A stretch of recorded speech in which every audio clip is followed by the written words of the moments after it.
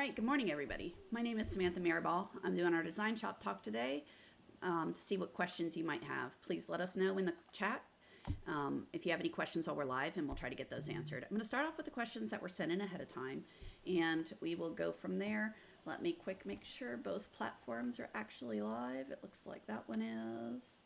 We're live on both Facebook and YouTube, so what? Okay, cool. Looks like both are working. Excellent. All right, so over to my little chat. All right, so I'll start off with these. What does the reset layout do?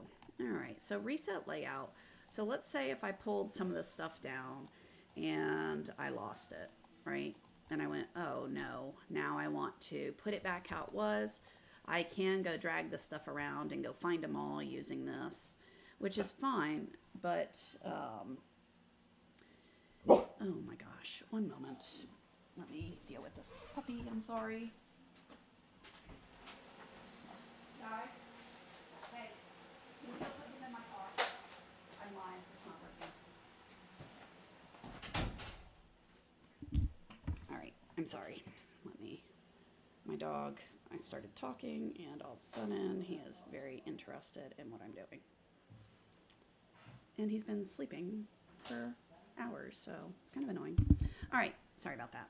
Okay, so the reset layout, what that's going to do for you is it will give you the ability to, rather than dragging all these things around and go finding them, you can just say reset layout. Do I really want to reset it? Yes, it puts it back to the default, okay? So it's just a quick way to hit reset, like if you accidentally drag something off and close it and then go, ugh, I want it back. You can go find it and put it back, that's fine. But I always just find it easier to say reset, and it goes back to how it's supposed to be. So that's what I find to be the ideal way to deal with that, is to just hit reset and call it good.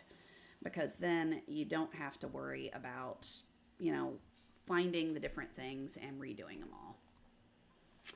All right, so what other questions did we have? So that's what reset layout is. How do you make curved lines look not so choppy? All right, a few good things here. So just looking at this, the choppiness can be driven by that texture. So things I would do to fix this is I would make that satin stitch a little thicker. All right, so that would be one, is I'd make it thicker because you can see some of the underlay hanging out right here on there. So I'd make the whole thickness of that line wider. I'd use an edge walk. So when you have satin stitches going around and you're going over a texture like this, as it goes from one of the grains to the next one, you'll see a step, right? So by putting an edge walk along the underneath here, so what an edge walk does is it puts a piece of thread near that edge and then near that edge. It gives you, rather than the thread resting on the grain of the material, now it's resting on that underlay to hold it up so that the step will be less pronounced. It gives it something else to rest on rather than just the fabric. So using an edge walk is pretty critical to those sorts of things of cleaning it up. You can always use a topper. That's another technique.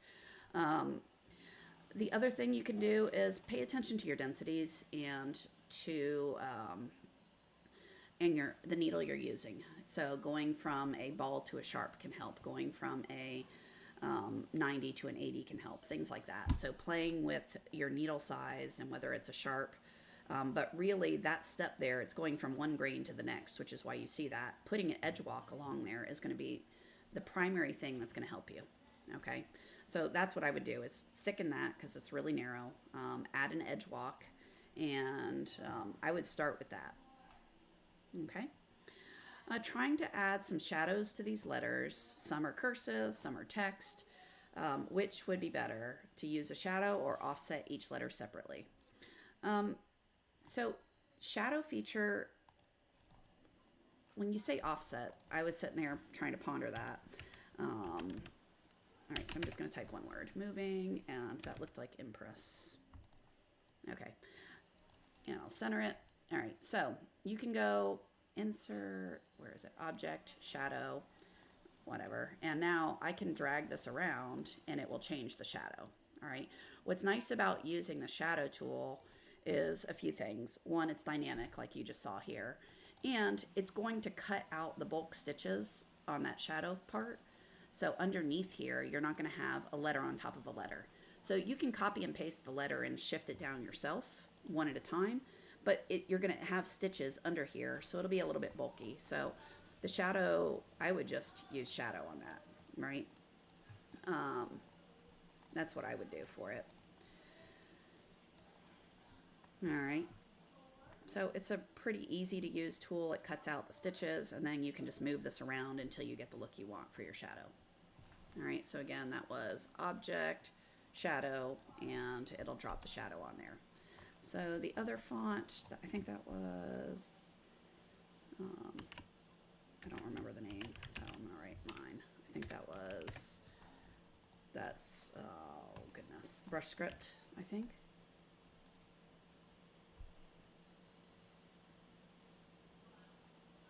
Yeah, I think it's that font is the other font you're using.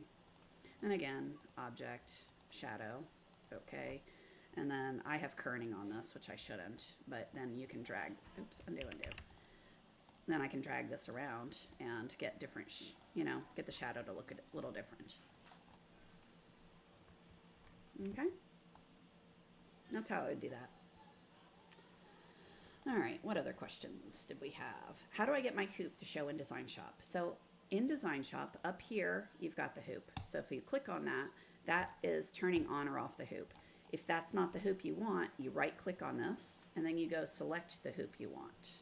So let's say you want that to be that square. Cool, you got that square. If the hoop you want isn't in the list, right click, go to customize hoop list and go turn on the hoop you want. There's a million hoops here, as you see. All right, so you can go turn on whatever hoop's missing. Or if you want the full sew field, so on and so forth, you can just go add those. And there you go. Then it will show up in your list and you can say it's going to be that hoop. All right. So you can do things like that. Oops, undo. All right. Or you can just delete things wrong. All right. So that would be how you get your hoops to show. When you digitize your own design, how do I get the 90-degree and tighter corner stitches not to be so long and wonky? So using the caps and corner tools are the way you deal with that. All right, so let's go look at it. No, new. Actually, I have an example I did a long time ago. Let me go find it. Come on, Melco, where are you? Melco, there, nope. Come back.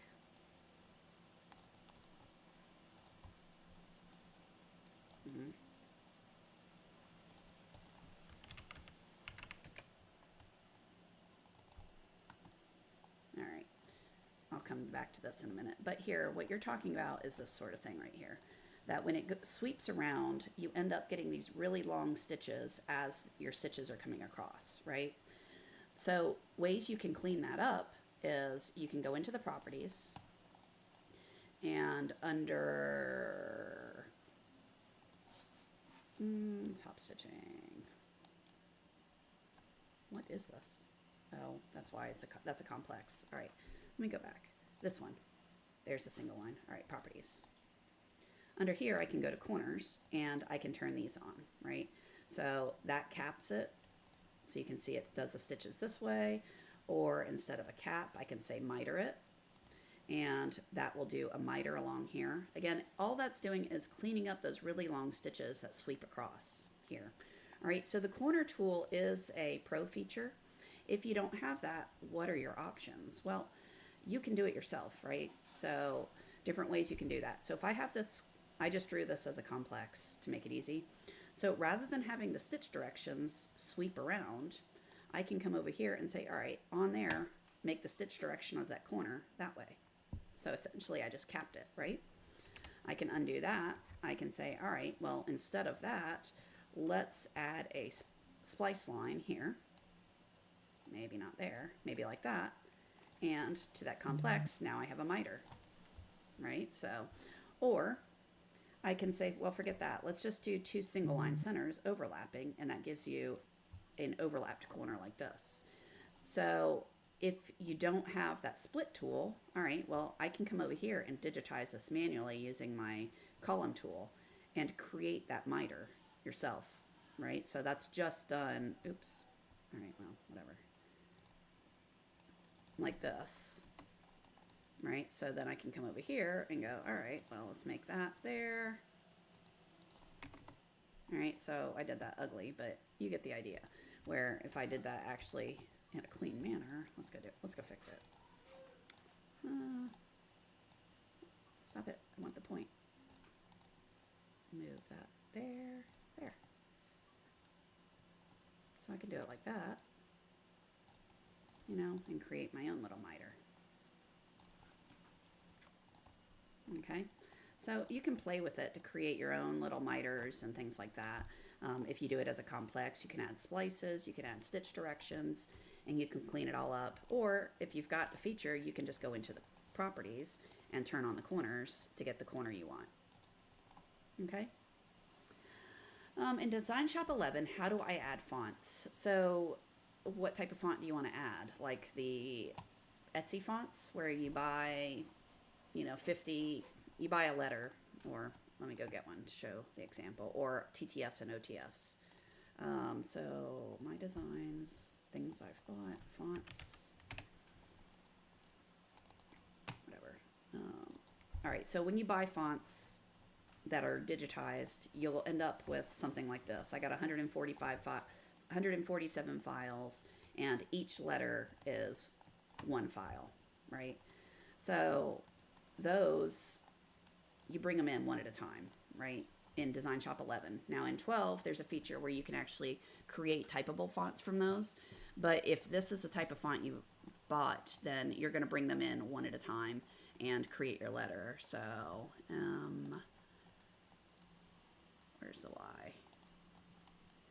Right, so you'd bring them in one at a time, copy, paste, move that over, and create your text that way, right? And I can use these tools to align them.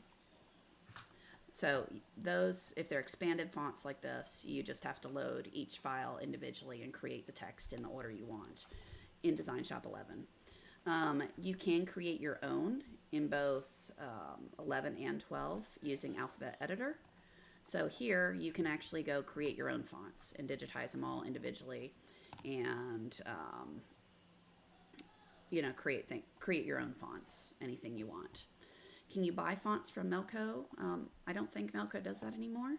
They do have, in version 12, they added a whole bunch of fonts, so I guess technically you can buy them. It's an upgrade. You can also install what I would call computer fonts. And so Google has thousands of fonts that are commercial license. So you can always go grab those. And for instance, those you install on your computer, and then once they're installed, they show up here, right? So you can then go, all right, I'm going to use Pacifico. And now I have that as a font, right? I can go grab the lemon font that I like, lemon milk or whatever it's called. Lemon, yeah, I like that font. This is another one that I downloaded, right, and installed as a computer font. So if you get OTF and TTFs, you can install those on your computer and then make them typable fonts. You do have to close DesignShop and reopen it, and then it'll be usable. Okay. Mike, does that help? So I believe we've got you some links on alphabets in DesignShop and things like that, and the fonts that are available in DesignShop 12. They added a bunch of really pretty ones. But you can do computer fonts, right? So you just download the OTF or TTF, install it on the computer, and then close DesignShop, reopen it, and they will show up under here, under this true type. Okay, oh, there's another one I downloaded. So yeah, you can do those sorts of things. Okay, let's see, what other questions do we have? All right, so I did that, I did all those, and I covered the font question. Let me go look on the chat, see if there's any others. No, okay, so those were all the questions that were typed in. Do we have any other questions while we're live? Please type them in, I'll waste some time in case you're still typing, so I don't just get offline. Let's see. Anything else you want to look at before we call it a day? These design shop talks, like we try to do them on a weekly basis. So I do them every Thursday right now. If you have questions, you can always go to our little area. I know there was a question on where do I find these chats. So there's a few different ways. I really like showing people resources, and I know I do this all the time, which probably is annoying, but I always figure the more data anyone has, the better off we are, right? So how do we find help? So melco-service.com, and when I say how do we find help, these talks aren't every day, all day, so I'm not always around to answer questions instantly when we want them. So how can we find some stuff? So if you go to the service site, there's a lot of good info. You have all your manuals for everything and stuff like that. But over here, there's this FAQ area, which is fantastic. There's a lot of things that you can get help on. Under Design Shop, you can get the Design Shop Talk episodes right here. So that's where you can find all the past episodes. There's links to where they are on both YouTube and Facebook, depending on which you prefer, as well as topics. So let's say you're looking for something in particular and you don't want to watch 50 Design Shop Talk videos. You can do Control F and, I don't know, let's see, laser. All right, so you can, whatever it is you're looking for, you can just search through here and you'll see the topic that was covered, and you can come over here and click on the links and go look at it and see if that's what you're looking for. So that's where you'd find the old episodes. Question typed in: how small can a font be while still using edge walk? And don't you have to use center walk when they get real tiny? Yes, when they get really tiny, you need to use center walk. The smallest, I don't know, I tend to not use edge walk for anything smaller than about, I would say I've done it for 15 points, but I prefer over 20 points is where I'd start using the edge walk. So that's, the smaller it gets, the narrower. You've got to be careful, because if you do an edge walk, let's go look at it. Sorry, I'm going to sit here and wave my hands around rather than just showing you. I'm going to draw, let's just use that. No, I don't want to use that. Let's do a column. Okay. So I'm going to turn off the 3D. Right. So right here, it's a center walk right now by default. All right. So if I go into the properties, I can tell it to say, all right, underlay edge walk. All right. Well, when you do that, this thing is so narrow. It's 20 points. If I go look at the properties of my edge walk, the border margin is 10. All right. So that means from the edge, it's going to go do a line 10 points back, and from this edge, 10 points back. Well, what is that doing for a 20-point column? It's going to basically put your edge walk right down the center on top of each other. So essentially, it's going to be two center walks on top of each other. So not very useful, right? So the wider this thing gets, now the edge walk starts making sense, right? Because now 10 points back, you get the edge walk. You still have some room on there. This border margin, I would not suggest going any closer than 5 to 7 points. That would just be my recommendation of border margin, how close it gets to the edge. There. So if your border margin is 7, that means your column would need to be bigger than 14 for it to even look like an edge walk, right? 15, that would put 1 point between your two edge walks. Not very useful. That's why I said 20 points or more is probably where you're going to want to look at, depending on what your settings are here. Okay. All right. Any tips for working on Carhartt jackets? I like magnetic hoops for those. So using magnetic hoops, making sure, particularly anything that has layers to it. So making sure that the layers are not shifted, because if the layers are shifted and you embroider, when the layers are shifted, then you hoop, when you embroider, it's going to mess it up. So, magnetic hoops, making sure you're using appropriate needle size for the thickness and the design you're doing. So switching to sharps is probably a useful thing. But I don't know. I always just hoop them and go. I don't find that they're that hard. Upping your actifeed. So that is probably important because the material gets thicker. So making it the actifeed on the machine, having that go up that's useful. We did get you a link to how to work with heavy garments in the comments, so check that out. But that's pretty much all I really focus on, is paying attention to the machine settings, hooping it well, and just going. Yeah, extra clamps. So particularly when you're dealing with heavy items, if you are using any hoops, there's a risk of the bottom popping out. So I actually have some over here. I don't use these particular ones, but I use smaller versions of these. But I tend to use the smaller versions of these on edges of the hoops for when I do really heavy things. These I actually use on my vinyl machine, my printer back there, but to hold the material taut. Anyhow, what other questions do you guys have?